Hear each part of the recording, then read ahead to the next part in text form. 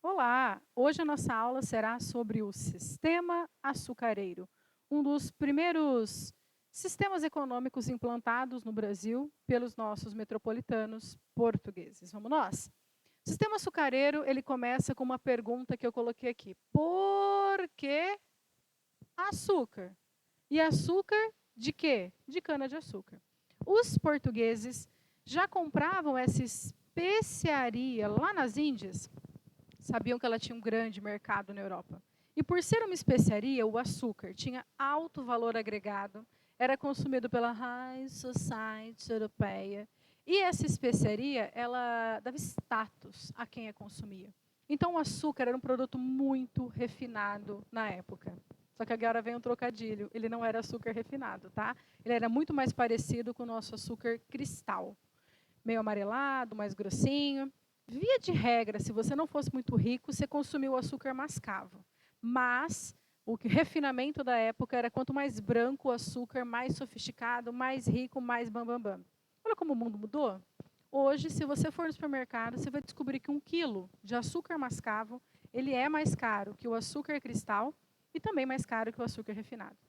Claro, né, os gostos foram mudando, as empresas modificaram o seu investimento e, né, no século XXI a gente está bem diferente de 1530, que é quando o açúcar começa a ser produzido aqui na nossa colônia, certo? Bom, então é uma especiaria, alto valor agregado, consumo da High Society europeia do século XVI. Mas nós temos outro motivo para que os portugueses produzissem esse açúcar da cana-de-açúcar no Brasil. Nós temos condições favoráveis geográficas, né? A gente tem solo, tem clima agradável para esse cultivo. Onde, Bel? No litoral lá do Nordeste. Não sei se você assistiu, você viu minha aula anterior, a aula que falava sobre administração na colônia. Então, a capitania de Pernambuco foi que teve mais sucesso. Sabe por quê? Produzia açúcar. Então, lá no litoral de Pernambuco, nós temos o nosso maior produtor de cana-de-açúcar. Então, é nessa região geográfica nordestina que o açúcar foi produzido. Aí lá sim, solo e clima favorável para esse cultivo. E olha que Portugal já tinha até uma certa experiência, tá? Lá em algumas ilhas, né, que Portugal dominava do Oceano Atlântico, eles também já produziam a cana-de-açúcar. Bom, parou por aí? Não. Não porque o açúcar não vai ser produzido unicamente com incentivo português. Os holandeses, está vendo aqui, ó? A Holanda vai ser a grande parceira dessa produção aqui no Brasil. Sabe o que a Holanda faz? A Holanda refina o açúcar. Então, como é que funcionava isso, Bel? A colônia produzia cana-de-açúcar, praticamente aquele açúcar meio rapadura, parecido com mascavo. Os portugueses pegavam nos portos brasileiros, levavam para Portugal, recolhiam os impostos. De Portugal, ia para a Holanda. Na Holanda, refinava. Voltava para Portugal, olha que caminho, e de Portugal ia para os maiores consumidores de açúcar. Por exemplo, a própria Holanda consumia em Amsterdã. Nós temos os espanhóis consumindo produto açúcar dos portugueses. Até algumas regiões do norte da Itália consumiam esse açúcar. Moral da história, a Holanda refinava esse açúcar para deixá-lo mais claro, mais branquinho e ter um maior valor agregado. Só isso, Bel? Claro que não. A Holanda também, ó, investiu, emprestou dinheiro para o donatário, para o sesmeiro, para aqueles portugueses que vieram para o Brasil e vão efetivamente ser o dono da terra na sua produção agrícola. Essa iniciativa primeira é muito cara. Então, Portugal, não sei se você se lembra também de novo da última aula, hein, ó, não estava muito bem economicamente em 1530. Então, o rei português não tem muito dinheiro para emprestar. Mas a Holanda tem muitos bancos. Muitos protestantes, ó, ricos, judeus, viviam na Holanda e vão investir e vão fazer empréstimos para os colonos brasileiros produzirem açúcar.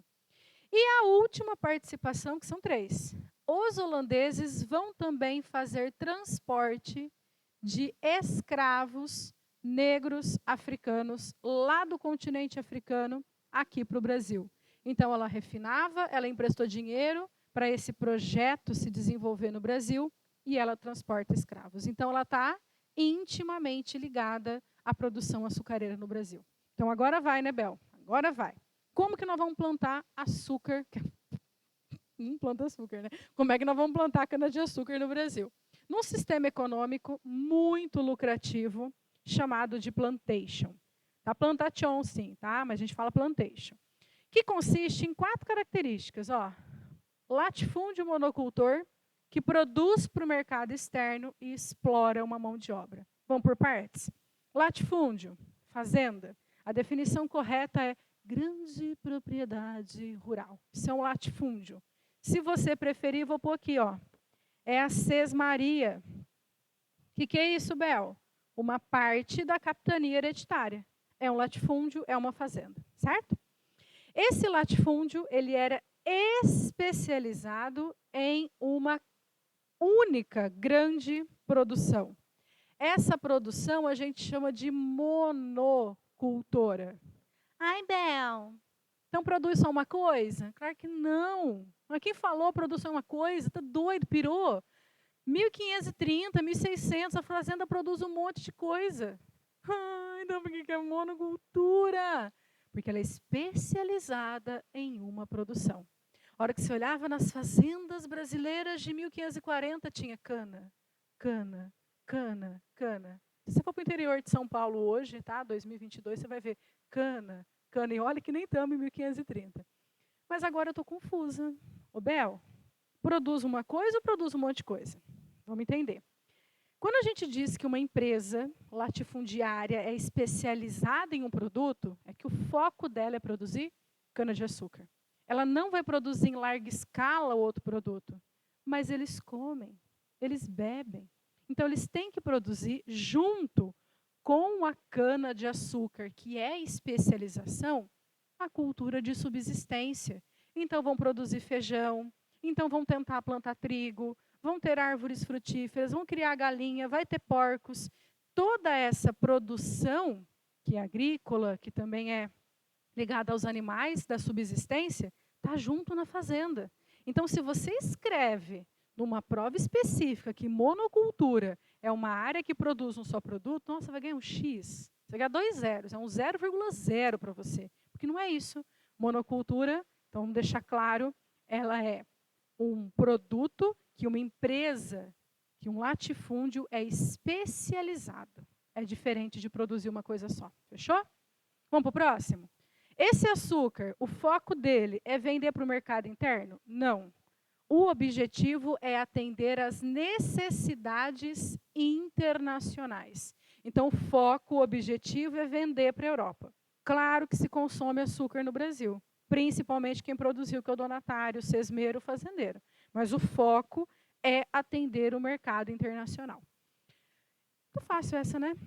Agora, essa daqui não é tão simples. Claro que é simples, Bel. Exploração da mão de obra de escravo não é simples. Sabe por que não é simples? Porque alguns historiadores dizem que o plantation ele é um latifúndio monocultor que produz para o mercado externo com escravidão. E aí você vai errar na aula de América Espanhola. Porque na América Espanhola eu tenho plantation e lá na América Espanhola é latifúndio. Monocultor que produz para o mercado externo explorando o índio, através de mito e de encomenda. Uma outra aula nossa. Então aqui, preste muita atenção que mudar os termos muda muita coisa. No plantation, explora-se uma mão de obra. MDO é mão de obra. Nossa, Bel, que preguiça de escrever? Tenho. Tenho mais vontade de ensinar, de explicar, do que de ficar escrevendo. MDO é mão de obra mesmo, mão de obra de preguiçoso.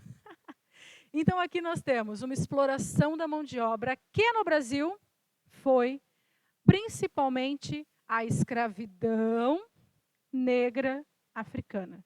Ô, Bel, mas não tinha escravidão indígena? Já falamos disso na primeira aula. Tem, mas Portugal não gosta muito, a igreja não deixa, então, no tradicional, no clássico sistema açucareiro, o principal explorado foi, vou pôr aqui, ó, o negro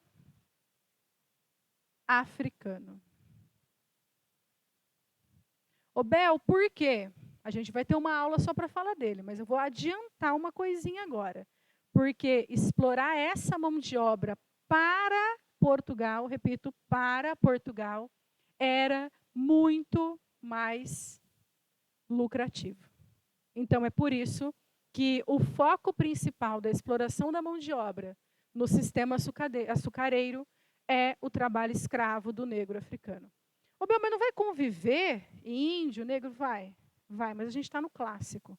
As diferenças, essa questão da mão de obra mais a fundo, a gente tem uma aula para isso, fica tranquilo. Vou falar muito ainda de escravidão, de índio, são cenas dos próximos capítulos.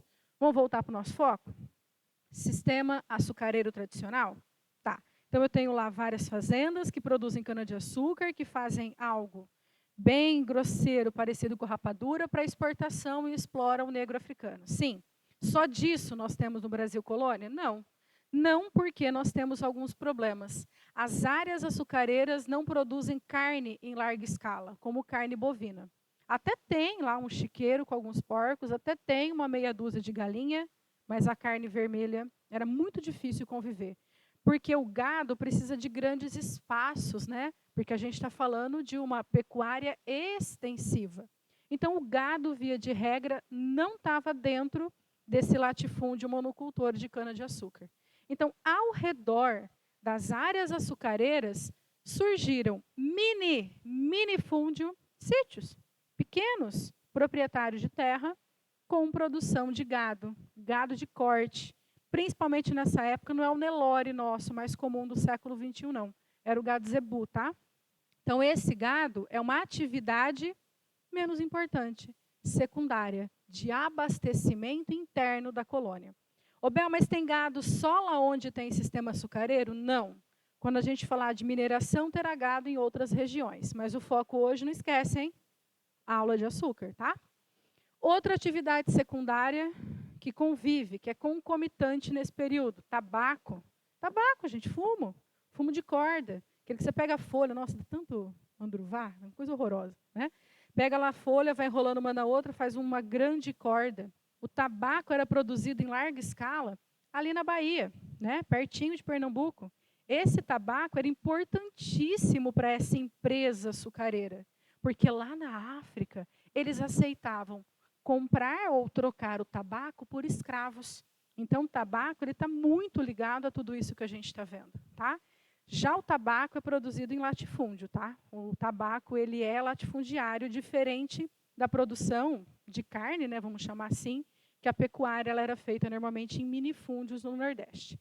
E para terminar, onde que eles compram panela? Onde que eles compram tecido para fazer roupa? Nas vilas, nas câmaras municipais. Então, a gente tem comércio interno, pequeno, mas a gente tem comércio interno, tá? Então, aqui nós temos as 3 principais atividades secundárias desse momento do sistema açucareiro. Ô, Bel, sabe o que está faltando? Você falar das datas. Então, vamos finalizar com as datas? O açúcar começa a ser produzido no Brasil na década de 1530. Ele vai ser produzido, na real, até hoje, né, que a gente ainda é grande produtor de açúcar. Mas a gente tem um ano, que é um pico de produção açucareira com as invasões holandesas, que é na década de 1640. Então, nesse período, né, praticamente 100 anos, nós temos um grande ciclo açucareiro.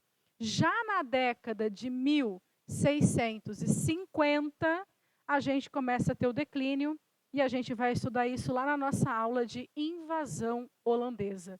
Então, a gente tem esse momento inicial aí do meio do século XVI até o meio do século XVII, com intensa produção açucareira no Brasil.